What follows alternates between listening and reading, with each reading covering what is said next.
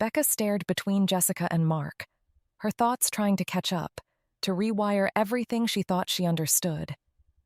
"You two were married for over a decade," she said, needing to hear the words aloud to test their reality.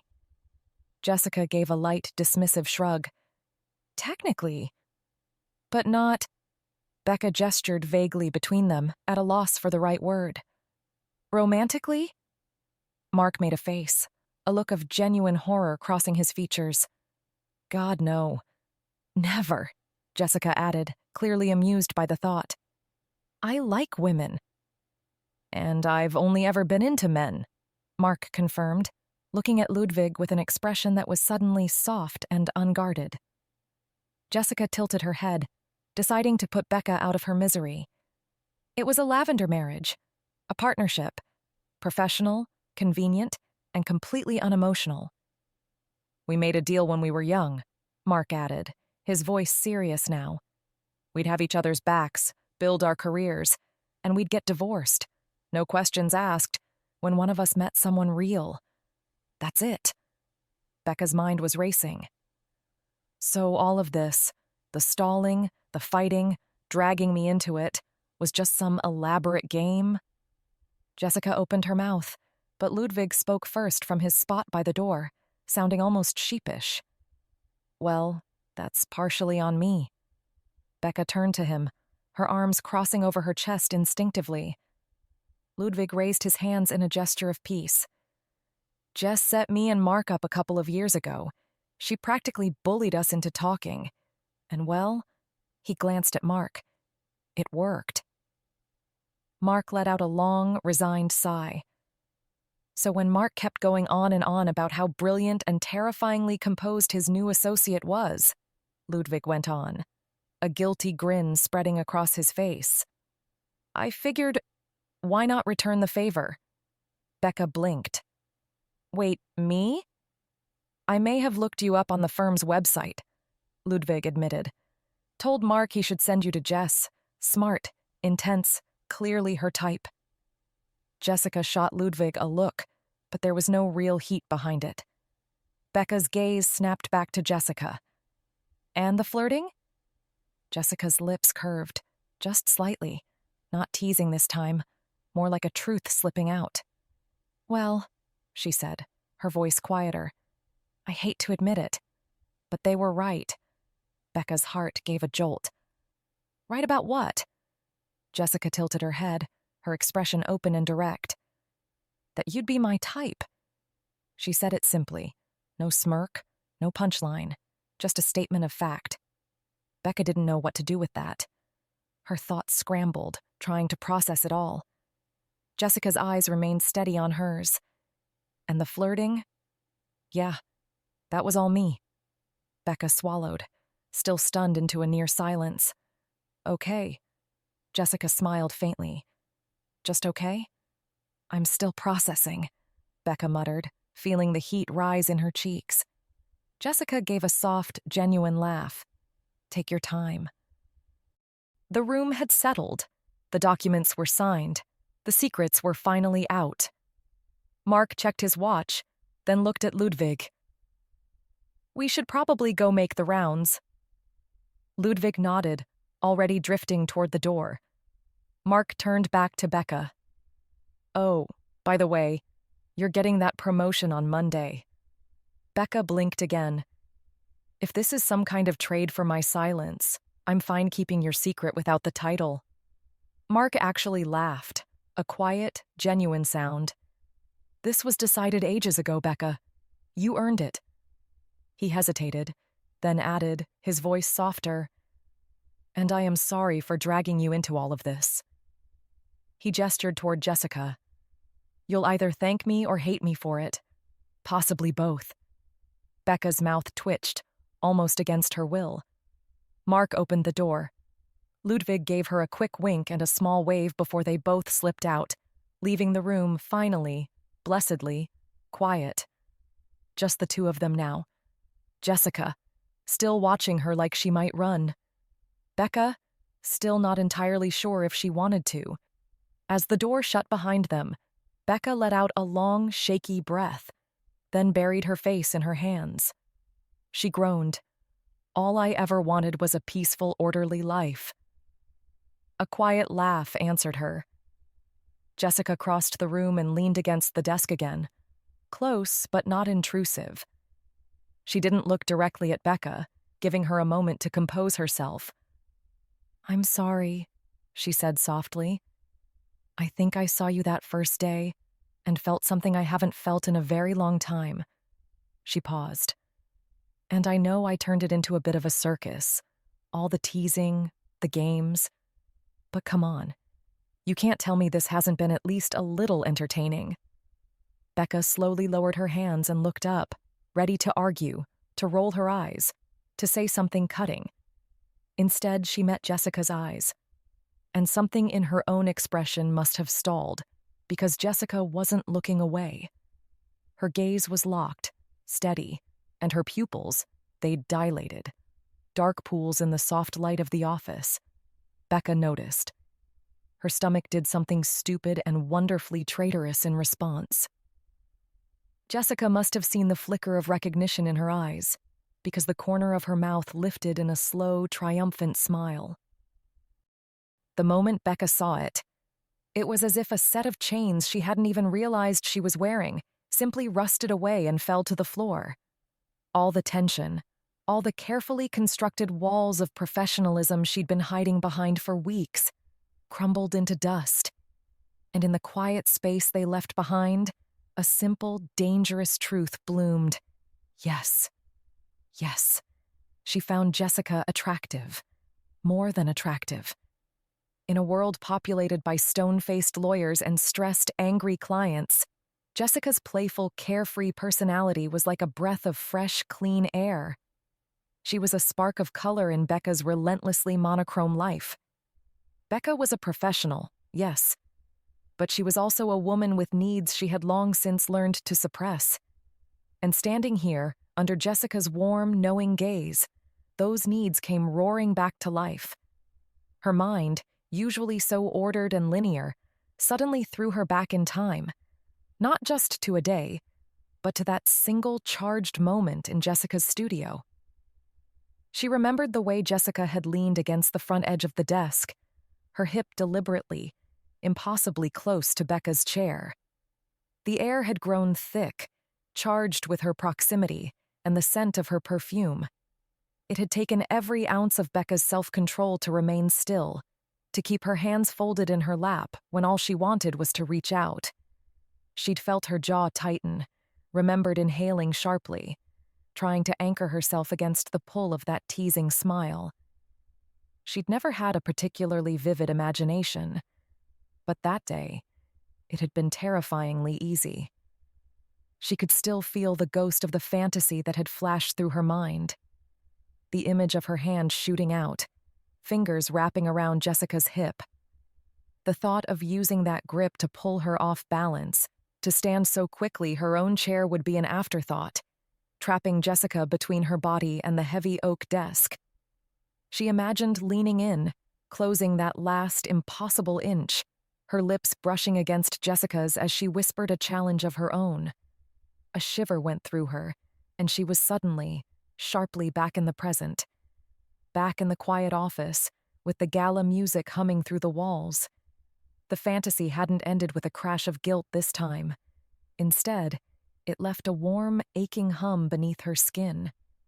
The obstacles were gone. The fantasy felt possible. She looked at Jessica, who was still watching her with that infuriatingly perceptive gaze. Jessica watched her, a slow smile playing on her lips.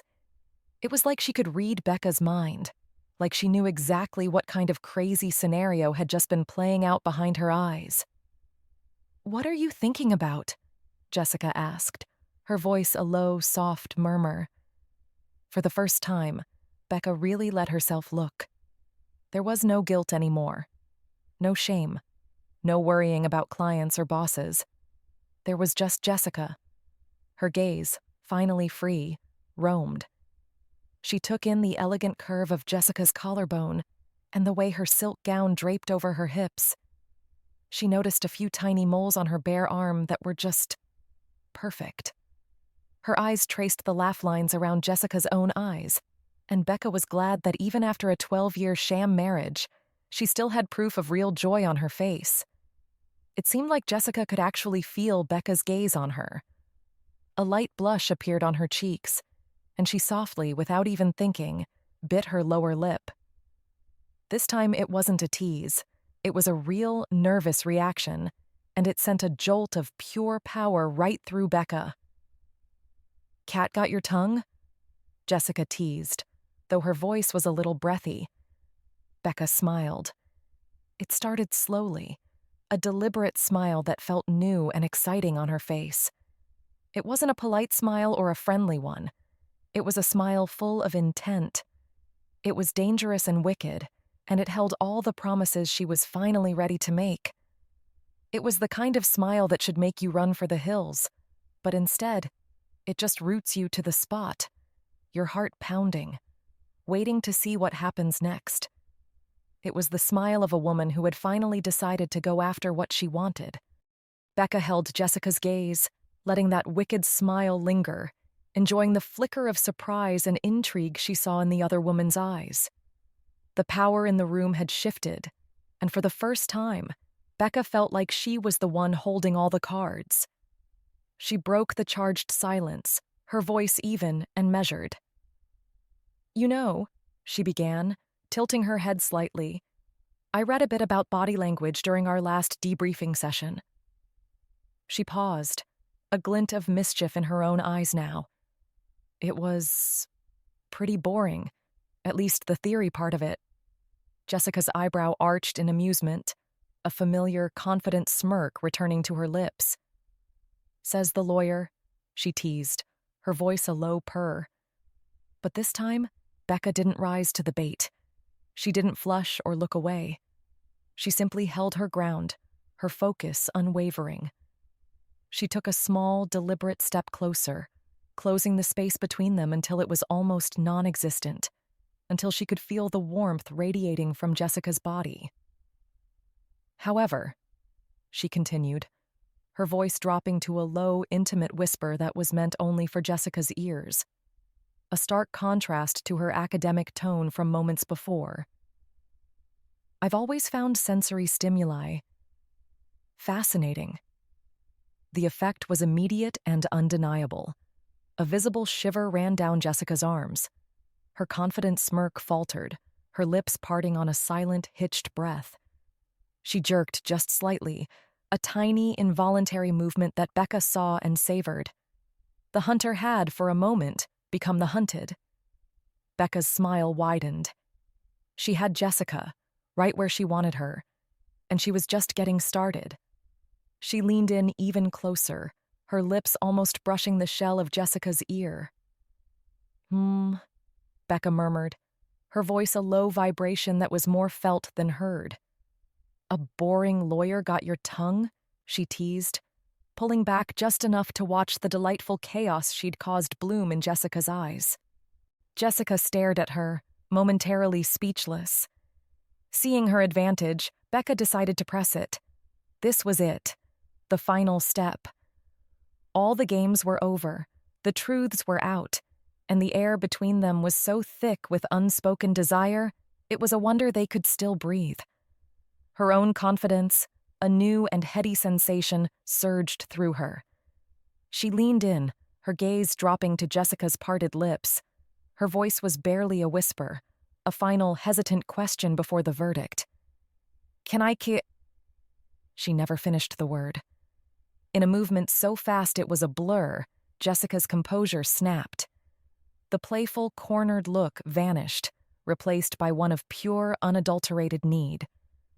Her hand came up, fingers tangling in the hair at the nape of Becca's neck, and she closed the distance between them with a raw, desperate force. She didn't ask.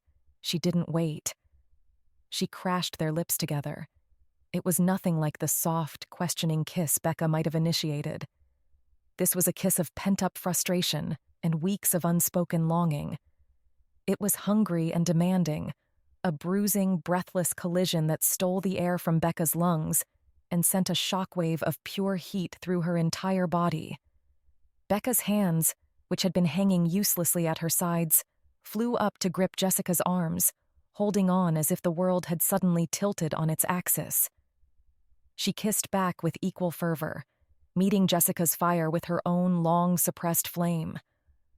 All the fantasies, all the charged moments, all the carefully worded arguments, they all melted away into this one, singular, overwhelming point of contact. There were no more clients, no more bosses, no more divorce papers.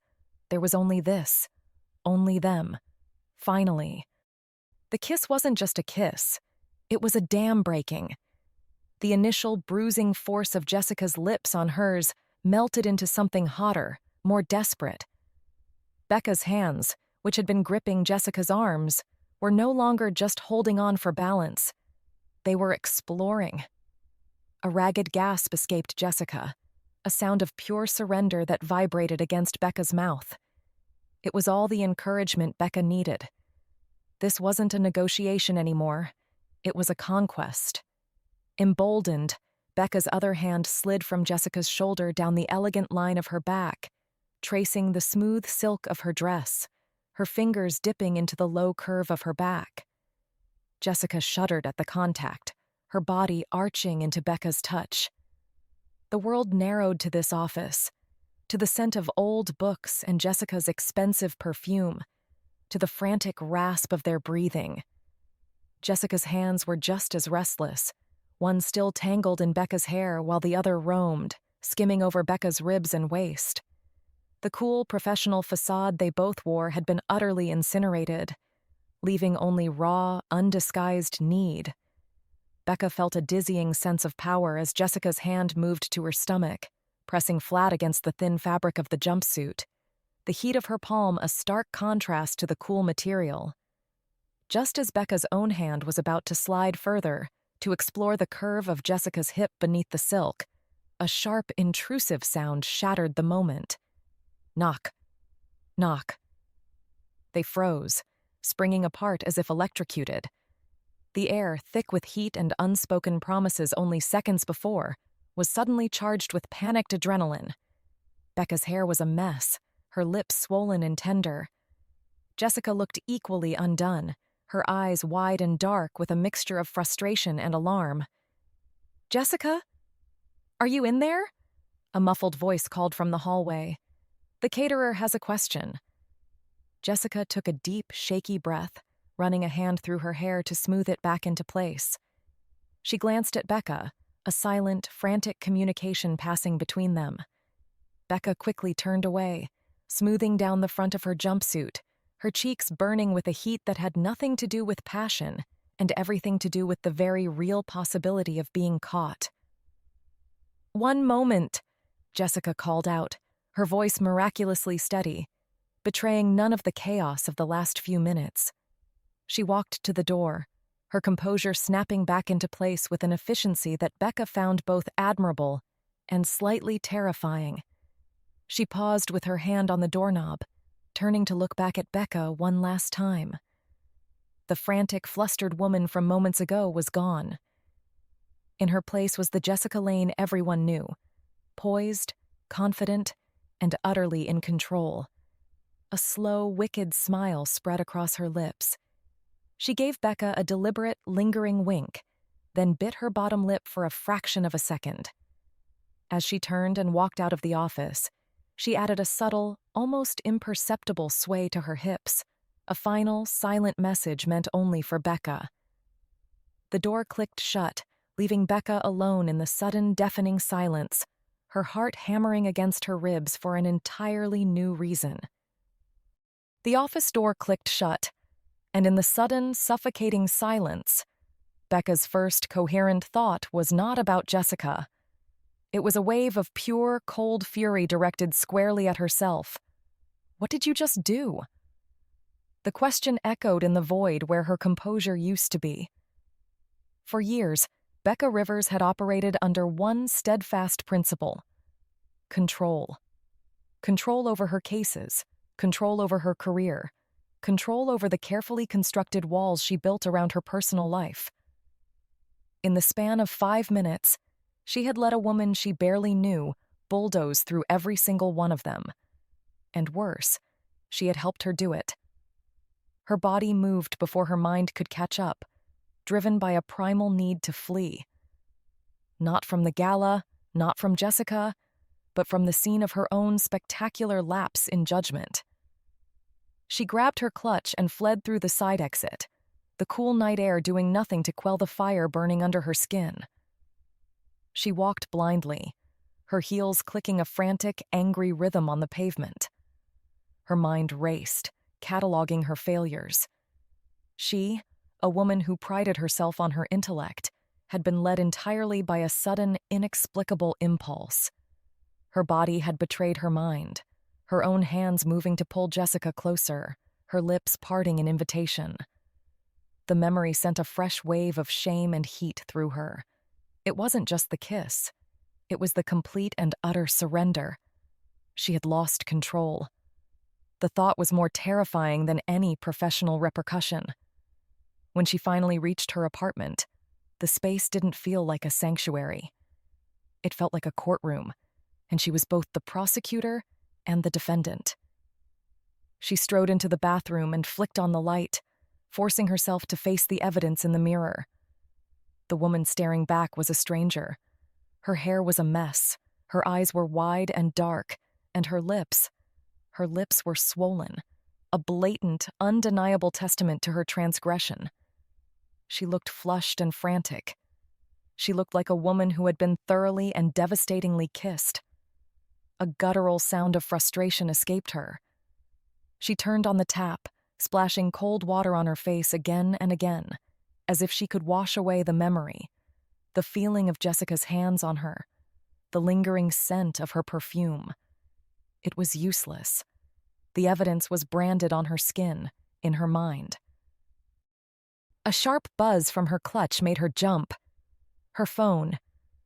With dread coiling in her stomach, she retrieved it. The name on the screen was a punch to the gut. Jessica Lane. Her first instinct was to hurl the phone against the wall.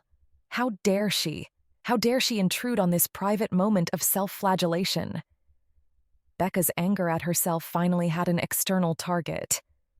With a shaking thumb, she opened the message, ready for a taunt, a joke, something that would justify her rage. But the text was only 3 words. "Are you okay?" The simple question knocked the air from her lungs. It wasn't smug. It wasn't playful. It was considerate. And that was so much worse. It denied her the clean, simple anger she craved. It forced her to acknowledge that what happened in that office wasn't just her own personal failure, but a moment shared between 2 people. A moment the other person was now expressing concern over. She sank onto the edge of her sofa, staring at the phone. Every instinct, every ounce of her carefully cultivated self-preservation, screamed at her to delete the message, block the number, and bury this night so deep it could never be unearthed. That was the smart move. That was the Becca Rivers move. But the woman who had kissed Jessica back in that room, the impulsive, reckless stranger she now hated, was undeniably curious. The cursor blinked in the empty reply box, a tiny, rhythmic heartbeat in the silent apartment, mocking her. She was at war with herself, and for the first time in her life, Becca had no idea which side was going to win. Monday morning arrived with brutal indifference. Becca was at her desk an hour before anyone else, armed in a charcoal gray suit that felt less like clothing and more like armor. She had spent the entire weekend in a state of suspended animation, ignoring the text from Jessica that burned a hole in her phone's lock screen. Her only defense was work. She dove into it, generating reports and reviewing case files with a ferocity that bordered on manic. Control. That was the only antidote. At 10 a.m., sharp, an email from Mark pinged in her inbox. All staff, main conference room. Now Becca's stomach plummeted. This was it. She smoothed down her suit jacket, took a steadying breath, and walked toward the conference room, her face a mask of calm professionalism.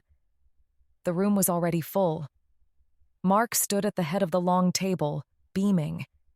He launched into a speech about the firm's recent successes before his eyes landed on her. "Growth is only possible with exceptional talent," he said, his voice resonating with pride. "And one person has consistently gone above and beyond, demonstrating not just skill, but a relentless dedication to this firm. It is my immense pleasure to announce our newest partner, Becca Rivers." The room erupted in applause. Faces turned to her, smiling, congratulating. Becca felt a strange, dizzying sense of detachment, as if she were watching a scene from someone else's life. She smiled, a perfectly measured, grateful smile she'd practiced for years. She shook Mark's hand, accepted the pats on the back, and murmured her thanks.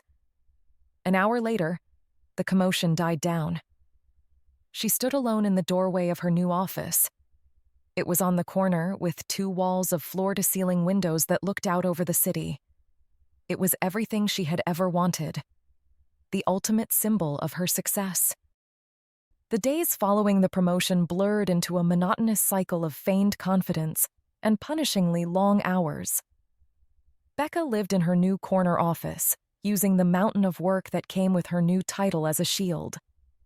It was easy, she discovered, to ignore Jessica Lane when she was just an unread text message on a phone tucked away in a drawer. It was easy to convince herself that the frantic, desperate woman from the gala had been a temporary aberration. Tonight, the building was quiet, the sky outside a deep, bruised purple. The only sounds were the soft hum of her computer and the rustle of the legal brief in her hands. She was in control. A soft knock echoed from her open door. Becca looked up, her focus splintering. And there she was. Jessica Lane leaned against the doorframe as if she owned it, dressed in a simple but impeccably tailored black dress. A smug, sly smile played on her lips, her eyes glittering with a predatory amusement that made the air in the room instantly feel thin. In that single, breathtaking moment, Becca's carefully constructed fortress crumbled to dust. It was one thing to ignore a text message. It was another thing entirely to be faced with the woman herself. When Jessica was near, when Becca could see the infuriating curve of her smile and breathe in the faint, familiar scent of her perfume, she couldn't focus. She couldn't think. Becca placed the document she was holding onto her desk with deliberate slowness, forcing a mask of cool indifference onto her face. "Can I help you?" Jessica's smile widened. She pushed off the doorframe and took a slow, deliberate step into the office. "I was beginning to wonder. I've tried reaching out." She tilted her head. "Have you been ignoring me, Becca?" The question was a velvet-wrapped dagger. Becca met her gaze, refusing to give an inch. "Yes." A low, throaty hum of amusement came from Jessica. "Humph." She took another step closer, her eyes raking over Becca, who sat pinned behind her desk. "So, you kiss all women with that kind of desperation, and then promptly start ghosting them?" Classy. The accusation, so close to the truth of her own chaotic feelings, sparked something in Becca. A flicker of the fight she'd been suppressing. A playful, dangerous retort slipped out before she could stop it. "What are you doing here, Jessica? Can't get enough of me?" Jessica laughed, a rich, genuine sound that sent a shiver down Becca's spine. "Mark told me the good news about your promotion. I came to congratulate you." Her eyes scanned the sterile new office. "But this," she said with a wave of her hand, "feels a little stuffy for a celebration, don't you think?" Before Becca could formulate a reply, Jessica's gaze turned wicked. "I know where Mark keeps the good stuff, come on." It wasn't a question. It was a summons. Becca found herself standing, her body moving on an impulse she no longer had the strength to fight, and followed Jessica out of her office and down the silent, darkened hallway to the imposing double doors of Mark's office. Jessica produced a key from her clutch, a fact that was both shocking and deeply unsurprising, and unlocked the door, pushing it open into the cavernous, wood-paneled office. Without hesitation, She walked straight to the liquor cabinet, but instead of pouring a drink, she rounded the massive mahogany desk. She sank into Mark's large leather chair, the picture of effortless command. She propped her feet up on the corner of the desk, swirling gently in the chair as she fixed her gaze on Becca, who stood frozen in the middle of the room. A slow, dominant smile spread across Jessica's face. "Well, well," she purred, her voice dropping to a low, intimate timbre that vibrated through the silent office. "Looks like I'm your boss now, Becca." Jessica's feet remained propped on the corner of the desk, a picture of casual, unbothered power. She let her opening line, "I'm your boss now," hang in the air, letting Becca suffocate on it. Becca stood rigid, her hands clenched into tight fists at her sides. Jessica finally lowered her feet to the floor with a soft thud, leaning forward in the large leather chair, her hands steepled under her chin. The interrogation began not with a bang, but with a soft, curious question. "Why did you run from the gala, Becca?" The question was a scalpel, precise and unexpected. "I didn't run," Becca said, her voice a carefully controlled monotone. "The documents were signed. My work was done." Jessica hummed, her eyes never leaving Becca's face. "That's the correct professional answer. But your jaw is clenched so tight, I'm surprised your teeth haven't cracked." She paused. "Let me rephrase. I came back to the office looking for you, but you were gone. Why did you disappear?" Becca's silence was a confession. "Okay," Jessica continued, her tone still light, almost conversational. "Let's try another one. Why did you ignore my text?" "I've been busy," Becca said immediately. "The promotion came with a significant increase in my workload." "I'm sure it did," Jessica agreed smoothly. "But you're looking at the wall just over my shoulder, not at me. You've been doing that since I walked into your office tonight. It's the same thing you did that first day, when you were trying very, very hard not to notice me." Every observation was a pinprick, methodically deflating Becca's composure. The fortress wasn't being stormed. It was being dismantled brick by brick from the inside out. "What do you want from me, Jessica?" Becca finally asked, the frustration she'd been suppressing finally cracking her voice. Jessica's expression softened. "I want you to stop lying. To me, but mostly to yourself." She stood up from the chair, the motion fluid and deliberate. She didn't glide around the desk. She walked straight toward Becca, her steps slow and measured. "You can't even deny it, can you? You can't look me in the eye and tell me you felt nothing that night. You can't look me in the eye and tell me you feel nothing now." She stopped directly in front of Becca, so close that Becca had to tilt her head back slightly to meet her gaze. The air was thick with the scent of Jessica's perfume and the undeniable truth of her words. Becca's defenses were gone. She was exposed, cornered, and utterly silent. Jessica reached up, her hand cupping Becca's jaw, her thumb gently stroking her cheek. Becca's eyes fluttered shut at the contact. "It's okay," Jessica whispered, her voice a balm on Becca's frayed nerves. "You don't have to say anything." And then, she closed the final inch between them. The kiss was nothing like the frantic, desperate collision at the gala. It was slow, deliberate, and deeply possessive. It was a kiss of conquest, the claiming of a hard-won prize. It was Jessica's mouth, warm and sure, sealing Becca's silence, tasting her surrender. A choked sound, half sob and half moan, escaped Becca's throat. Her hands, which had been clenched at her sides, flew up to grip the front of Jessica's dress, holding on for dear life. She kissed back, not with a fight, but with a complete, soul-shattering capitulation. All the tension, all the denial, all the lonely nights spent fighting her own impulses, it all gave way in a tidal wave of feeling. Jessica backed her up against the heavy desk, her body pressing flush against hers, leaving no space for air, no room for thought. There was only the bruising pressure of their lips, the frantic rasp of their breathing, the solid heat of the desk at Becca's back. Driven by a desperate, reckless need to finally act on the fantasy she'd so long denied, Becca's hand slid from Jessica's waist. It moved down, over the curve of her hip, to the hem of her black dress. Her fingers hesitated for only a fraction of a second before sliding under the fabric, her palm pressing flat against the shocking electric warmth of Jessica's bare thigh. The touch was a brand.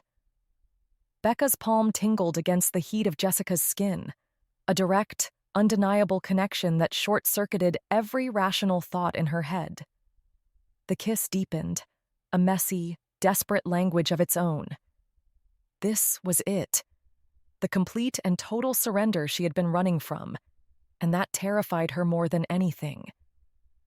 With a strangled cry, Becca shoved hard against Jessica's shoulders, breaking the kiss, breaking the spell. The force was abrupt, panicked. She stumbled back, putting the massive mahogany desk between them, her chest heaving as she gasped for air. She stared at Jessica, her expression a wild mix of fear and accusation. "What is this?" Becca's voice was a ragged whisper. "What are you doing?" Jessica, looking stunned by the sudden rejection, didn't move. She simply watched as Becca's panic spilled over. "This is a game to you, isn't it?"